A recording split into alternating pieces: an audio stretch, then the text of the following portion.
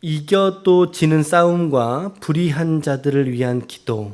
이겨도 지는 싸움, 그리고 불의한 자들을 위한 기도. 오늘 이와 같은 제목으로 주신 말씀의 은혜 나누도록 하겠습니다. 어제 5장에서는 어떤 내용이었어요? 음행한 자들을 고린도 교회가 출교하지 않았죠. 출교하지 않았고 그들을 용인해 버립니다.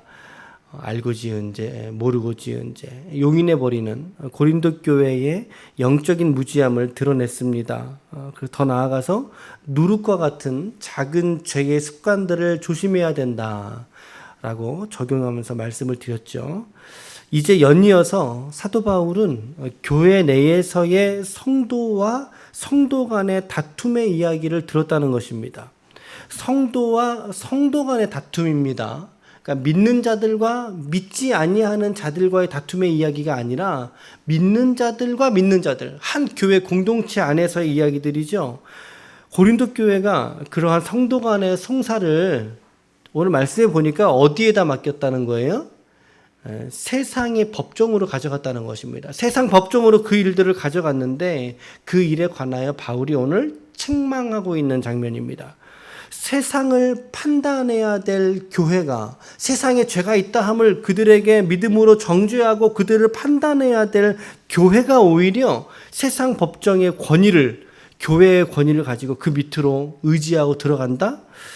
그것은 곧 교회의 정체성, 교회란 무엇이냐? 그 교회가 세상에 끼칠 영향력을 거꾸로 세상을 통해서 교회가 받는다면 그것은 영향력의 상실로 이어질 것이 너무나 자명하다라는 것입니다. 자명해질 것이다. 그러기에 사도가 오늘 말씀에서 강력하게 권하고 있는 것이죠. 1절 말씀해 보실게요. 너희 중에 누가 다른 이와 더불어 다툼이 일어나거든 구태여, 이렇게 구태여라는 단어가 있어요. 일부러 의지를 가지고 불의한 자들 앞에서 고발하고 성도 앞에서 행하지 않느냐라고 말하죠. 여기서 지금 불의한 자들이라고 하는 문맥의 의미는요, 뒤에 나오는 성도와 반대되는 단어예요. 그러니까 불의한 자들의 의미는 뒤에 나오는 성도와 문맥으로는 뭐를 이루어요? 대꾸를 이루거든요. 이런 문맥으로 보았을 때 이 불의한 자들은 뒤에서 말하고 있는 불의한 자들의 무리가 또 나오는데 그 불의한 자들과는 다른 불의한 자들이에요. 어떤 사람을 말할까요? 믿지 않는 자. 성도와 반대말이니까. 성도가 하나님을 믿는 자니까. 그러니까 그 성도의 반대말이라고 한다면 믿지 않는 자, 하나님을 믿지 않는 자를 말하고 있는 거예요. 여기 지금 1절에서 말하고 있는 불의한 자들의 의미는 교회 내에 성도들끼리의 어려움이 생겼단 말이죠. 조금 더 구체적으로 이야기한다면 돈 문제가 생겼을 수 있어요. 교회 안에서 이제 그렇잖아요. 이렇게 친하다 보니까 같이 돈을 꿔주거나 또 혹은 못 받는 일들, 좀 늦어지는 일들, 또 이런 게 아니라면 저는 이런 생각을 해봤어요. 이게 지금 5장 뒤에 있는데 5장에 있는 내용은 어떤 거였어요? 5장에서 고발하고 있는 죄의 내용은 뭐였어요? 아버지가 새어머니를 들였는데 그 자식이 새어머니하고, 그렇죠? 교회가 그들을 치리하지 않고 그 성도나 혹은 그 가정에 있었던 다툼을 벌였던 성도 간의 일일 수도 있지 않겠는가라고 하는 생각을 저는 조심스럽게 해봐요. 정확하게 성경이 말하고 있지는 않으니까. 5장에 있는 문맥에서의 그 죄악과 교회 안에서의 6장에서의 어떤 충돌이 생기지 않았겠는가라고 하는 생각이 든다. 관련될 수도 있고 또 아닐 수도 있지만 저는 그런 생각을 좀 해보게 됩니다. 어찌됐든 중요한 거는 교회 내에서의 다툼이라는 거예요. 교회 안에서의 성도와 성도 사이에서의 마찰, 혹은 성도와 목회자하고의 마찰일 수도 있는 거죠. 그런 다툼이 생길 때 왜 굳이 불신자인 세상 권세 앞에다가 영적인 교회의 영적인 공동체로서의 이 교회의 민낯을 그렇게 드러내느냐라고 하는 거예요. 우리가 요새는 조금 잦아들었는데 작년 연말께만 해도 어떤 게 많았어요? 세금 탈루. 교회에 세금 탈루도 있었죠. 또 하나 문제는 뭐였죠? 대형 교회들의 자식에게 교회를 물려주는 세습. 교회를 세습해 주는 것들이 어려움이 있었어요. 근데 교회 안에서 해결하지 못하니까 어떻게 해요? 세상 법정으로 가져가잖아요. 그래서 이 사람이 담임 목사인 거를 세상 법정에다가 대고 당신들 이거 판단해 주십시오라고 하잖아요. 얼마나 창피합니까? 그렇죠? 세속적인 말로 한다면 이제 얼굴 팔린다는 거잖아요. 이게 그런 모습인 거예요. 여러분, 그래요. 민낯을 드러내는 게 두려운 게 아니에요. 민낯을 드러내는 거. 교회에도 부정이나 부패 있을 수가 있어요. 그러나 그러한 일로 인해서 가려질 하나님의 영광이 비한다면 내부적으로 교통정리를 잘 해서 이렇게 잘 교회 안에서 판단을 하고 교회 안에서 정리했으면 얼마나 좋겠는가라고 하는 거죠. 그러니까 바울이 성도가 세상을 판단하는 자리에 있다라고 말하잖아요. 심지어 3절 말씀 보세요. 3절에 우리가 천사를 판단할 것을 너희가 알지 못하느냐. 예, 이것이 성도들의 영광이지 않겠어요?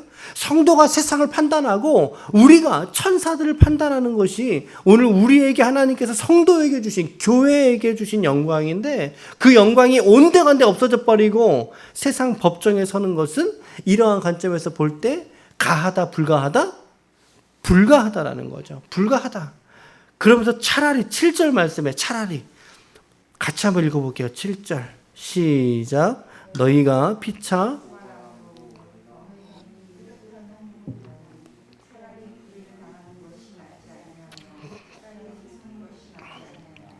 세 번역으로 제가 읽어드릴게요. 여러분이 서로 소송을 제기하는 것에서부터 벌써 여러분들의 실패를 의미합니다. 왜 차라리 불의를 당해주지 못합니까? 왜 차라리 속아주지 못합니까? 이렇게 말씀해주고 있어요. 성도 간의 허물을 보더라도 좀 뭐 해줬으면 좋았을 텐데, 참아주면 좋았을 텐데.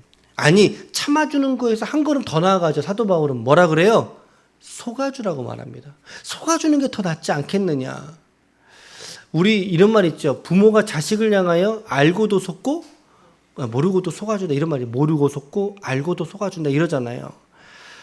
교회의 영적인 권위를 위해서라도 그래요. 심지어 각자들이 옳다 하더라도 차라리 당신들 서로가 속아주는 게 더 나은 선택 아니었겠습니까? 라고 사도 바울이 말한다는 거죠. 8절에 너희는 8절 다 같이요. 시작. 너희는 불의를 행하고 속이는구나. 그는 너희 형제로다. 세 번역으로 읽어드려 볼게요. 그런데 도리어 여러분 자신이 불의를 행하고 속여서 빼앗고 있으며 그것도 형제들에게 그런 짓을 하고 있습니다.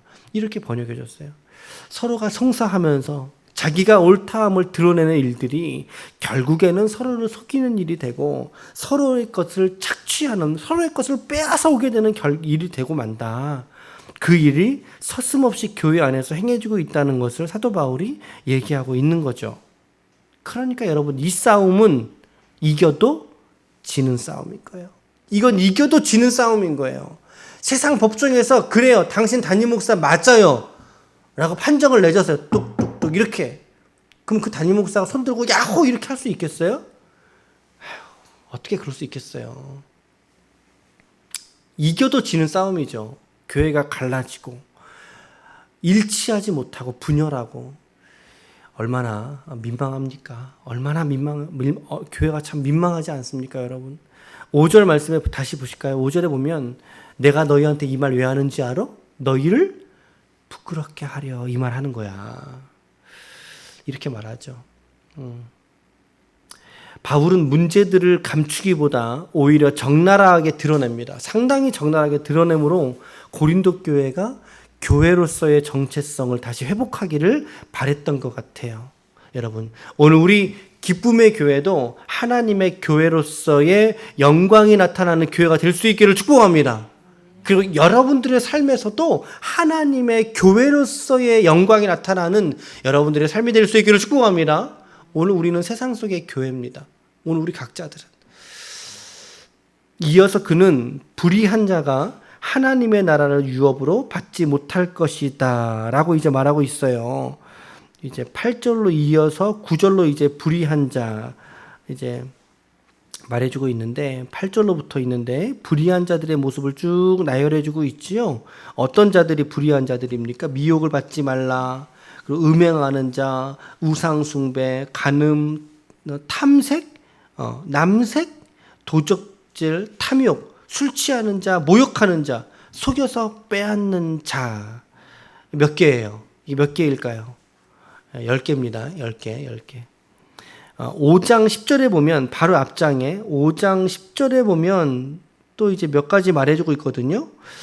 몇 가지를 말하냐면 4가지의 이제 불의한 모습을 말해주고 있죠. 음행, 탐하는 자, 속여 빼앗는 자, 그리고 우상숭배 4가지 말해주고 있어요. 그런데 11절 보세요. 11절에 보면 음행, 탐욕, 우상, 모욕, 술취함, 속여 빼앗음 6가지의 죄를 또 나열해주고 있죠. 그리고 지금 오늘 본문의 6장 9절과 10절에 보니까 10가지의 죄 목록을 이렇게 쭉 소개해주고 있어요. 여러분들 10가지의 내용들 중에 대부분 아시는 내용들이죠, 여러분들이. 그 중에 조금 몇 가지 본다면 탐색하는 자 돼 있죠. 탐색하는 자, 이거 뭘까요? 뭘 탐색한다는 게 뭘 이렇게 취조하고 이렇게 탐험한다는 그런 의미인가요? 그런 의미 아니에요. 새 번역에서는 여성 노릇을 하는 사람 이렇게 번역해 줬어요. 여성 노릇하는 사람. 바른 성경에서는 남성 동성애 자로 번역을 했어요. 이 탐색이라는 단어를. 그러니까 이 말은요, 성에 중독된 사람의 모습을 표현하는 단어입니다. 성에 중독된 모습. 그리고 이제 남색이라는 단어 있죠. 남색. 이것은 동성애자를 말합니다. 동성애자를 말해요. 그런데 이런 부류의 사람들이 하나님의 나라를 어떻게 해요? 유업으로 받지 못한다라고 사도 바울이 말씀하고 있어요. 성경을 강해하다가 해설하다가 또 이런 지점을 간혹 만나긴 하는데요. 우리가 자주 접하는 단어는 아니긴 합니다만 교회 안에서의 이런 동성애 문제들, 오늘 성평등에 관한 이야기, 한국교회에서 이전부터 대두되었던 사안입니다. 성평등. 여러분들은 이 성평등의 단어를 들으면 느낌이 좀 어때요? 이 느낌이 좋은 느낌이에요? 좀 불편한 느낌이에요? 불편한 느낌이야? 일 수도 있겠죠. 뭐 사람에 따라 다를 수 있으니까. 근데 저는 맨 처음에 이 단어 들었을 때는 참 좋은 느낌이었어요. 성평등이라면서요. 그러니까 뭐 남녀가 유별하지만 그러나 법적인 테두리 안에서 뭐하다? 평등하다. 그러니까 당연히 성은 평등해야지 맞지. 저도 참 이미지가 좋았어요. 성평등. 그런데 이 성평등에 감추어진 이면의 메시지를 여러분들 혹시 아세요? 제가 저희 단톡에도 한번 좀 공유를 해드릴 테니까 한번 좀 보셨으면 좋겠는데, 오늘은 이 이야기를 좀 간단하게 몇 말씀만 드리고 마칠게요. 성평등은 말 그대로 개인적인 성적 지향들의 평등을 표면적으로 지지하는 단어입니다. 그러니까 각 사람들마다 나는 여성, 나는 남성, 그리고 나는 여성. 그런데 지금의 시대에는 성 표현들이, 성에 대한 지향들이 사람들마다 다르다라는 거예요. 나는 남자인데 여자로 살고 싶어. 그래서 어떻게 해요? 수술을 해요. 그걸 뭐라 그러죠? 트랜스젠더. 들어보셨어요? 트랜스젠더? 남자에서 여자로. 실제로 성기관을 바꿔버려요. 여자에서 남자로도 바꾸죠. 그리고 또 이제 나는 남자인데 남자가 더 좋아. 이걸 뭐라 그래요? 게이라 그래요. 나는 여자인데 여자가 더 좋아. 이걸 레즈비언이라 그러죠. 한꺼풀만 까고 들어가면 결국에는 이러한 성소수자들, 우리가 말하는 그들이 사회에서 법적으로 그리고 윤리적으로 어떠한 인간으로서의 차별을 받지 않는 평등을 저는 지지해요. 맞아요. 그들도 인권이라는 게 인권이 있으니까 그 인권의 관점에서 그들을 평등하게 대하는 건 맞다 이 말이죠. 그러나 그러한 주장 이면에 있는 메시지가 있는데 그게 뭐예요? 그것이 바로 하나님의 말씀에 대한 도전들이 그 성평등의 가치 안에 내재되어 있어요. 아주 교묘하게 숨겨져 있단 말이에요. 그리고 그 성평등이 법제화가 되었을 때, 법으로 성평등이 인정되었을 때 교회를 향한 핍박들이 감추어져 있다는 거 아세요, 여러분? 이걸 우리가 볼 수 있어야 된다는 거죠. 이런 것들이 준비되어져 있어요, 여러분. 저의 이야기가 아니라, 이 한국교회만의 이야기가 아니라 이런 일들이 이미 유럽이라든가 또 미국 사회에서는 이미 성평등을 지지하고 또 이 법안들이 제정된 국가 안에서는요, 이미 교회를 향한 핍박들이 얼마나 드센지 모르겠습니다. 법적인 보호 아래, 이제 법이니까 법이요 이러는 거죠. 법이요 이러는 거예요. 그러니까 이제 그런 성소수자들이 교회로 와서, 목회자에게 와서 우리 주례해 주십시오. 목회자가 나는 내 믿음으로 인해서 나 그거 지지하지 못하겠다고, 그럼 고발하는 거예요. 저 사람 우리를 인정하지 못한다고 하면 이 법안이 있음에도 불구하고 우리를 차별합니다. 성평등 법에 위배합니다. 벌금 때리라고 고발하고 고소하고. 여러분, 이런 일들이 교회 안에, 그리고 이제 한국 교회 안에 일어날 수도 있다. 만연하게 일어나고 있는, 공공연하게 이런 일들이 현실화되고 있는 것들을 우리가 보아야 한다라는 거죠. 깨달아야 한다라는 거죠. 그리고 성경 말씀은 뭐라고 말씀하고 있어요? 탐색하는 자, 남색하는 자, 성에 중독된 자, 동성애하는 자, 하나님의 나라를 유업으로 받지 못할 것이다. 못할 것이다. 여러분, 교회 안에 동성애자가 만약에 들어온다면, 혹여라도 우리 가운데 동성애자가 있다라면 우리 어떻게 해야 될까요? 안아줘야죠. 품어줘야죠. 당연히 그들을 죄인의 관점에서 우리가 서로 사랑해야 할 필요가 있죠. 사랑해야죠. 그러나 그에게 성경적인 가치관의 말씀으로 그들을 바꾸어내고 그들이 바른 성의 가치관으로 돌아올 수 있도록 기도해야 될 책임도 교회에 있지 않겠어요? 여러분, 바울 선생이 하신 말씀입니다. 바울 선생이. 그런데 동성애자 교회가 이미 존재해요. 미국은요. 동성애자 교회가 존재하고 심지어 동성애자인 목사까지 나오고 있는 것을 지금 작금의 현실의 모습이다 라고 하는 것을 우리가 바로 떠서 우리가 이해하고 알고 있어야 된다라고 하는 거예요. 얼마나 미국 사회에 이 동성애 코드가 얼마나 많이 있는지 몰라요. 이게 좀 시간이 좀 많이 걸리는 이야기들이라서 제가 설명을, 전문가도 아니고 제대로 할 수는 없지만, 그러나 이러한 어떤 기본적인 이해들을 우리가 가지고 있어야 되지 않겠는가라고 하는 거죠. 제가 이따 좀 올려드릴 테니까 좋은 목사님께서, 실력 있는 목사님께서 이렇게 강의해 주신 내용들이 있어요. 그걸 잘 제가 드릴 테니까 여러분들이 같이 좀 보셨으면 좋겠어요. 여러분, 우리의 자녀들을 향해서 어떤 분이 그러세요. 저는 목사님 꿈이 있습니다. 어떤 꿈입니까? 제 사위를 꼭 남자가 왔으면 좋겠어요. 제 며느리로 꼭 여자가 왔으면 좋겠어요. 지금이 그런 시대예요, 여러분. 지금이. 여러분, 우리 자식들의 마음속을 부모들이 다 몰라요. 다 모른단 말이죠. 그러니까 여러분, 우리가 기도해야죠. 기도하셔야 되죠. 고린도 교회 내에서도 이렇게 불의한 자들이 있었다라고 성경은 말해요. 그런데 너무나 감사한 것이 하나 있어요. 그 가운데서도 소망이 하나 있어요. 그 소망의 말씀이 11절이에요. 11절. 우리 같이 한번 읽어볼게요. 11절에 시작. 너희 중에 이와 같은 자들이 있더니 주 예수 그리스도의 이름과 우리 하나님의 성령 안에서 씻음과 거룩함과 의롭다 하심을 받았느니라. 할렐루야. 우리의 소망이 여기 있는 거예요. 말씀 보세요. 너희 중에, 고린도 교회 안에 이와 같은 자들이 뭐였다고요? 있었다라고 말하잖아요. 불의한 자들, 아까 말한 그 10가지의 사람들 교회 안에 있었다고요. 그런데 그들이 그리스도의 이름을 믿음 안에서 만나게 되자, 그들 안에 성령 하나님의 능력이 강권하게 되자 어떻게 됐다는 거예요? 그들이 씻어졌다라는 거예요. 그 불의함이 씻어지고 거룩함과 의로움으로 말미암아 그 불의한 자의 모습에서 다시 거룩한 교회의 형상을 회복하는 지체들도 있더라는 것입니다. 할렐루야. 오늘 이것이 오늘 우리들의 소망의 말씀인 거죠.